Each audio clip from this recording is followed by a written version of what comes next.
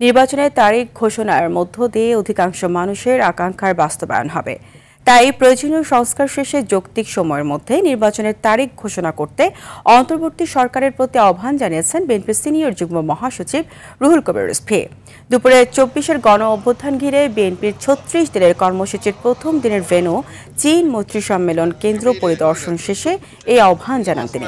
রিজভী বলেন, জুলাই-আগস্ট গণ অভ্যুত্থানে আহত নিহত সব পরিবারের পাশে থেকে দেশে গণতন্ত্র পুনঃপ্রতিষ্ঠায় কাজ করে যাবে বিএনপি। এই সময় দলটির যুগ্ম মহাসচিব শহীদ উদ্দিন চৌধুরী অ্যানি বলেন, শেখ হাসিনার দৃশ্যমান বিচার দেখতে চায় বিএনপি। আমরা মানুষের যে আকাঙ্ক্ষা, যে নির্বাচনের কবে নির্বাচন হওয়া উচিত, এই নিয়ে বিভিন্ন ফোরামে আলাপ আলোচনা হয়েছে।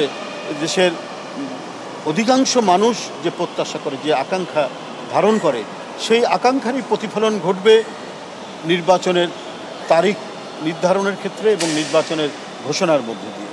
আমাদের প্রত্যাশার জায়গা থেকে আমাদের দাবি রয়েছে, খুব শীঘ্রই শেখ হাসিনার বিচার দৃশ্যমান হবে, দ্রুত কার্যকর হবে। যে সংস্কার কাজ চলছে সেটি আরও বেশি দৃশ্যমান এবং দ্রুত হবে।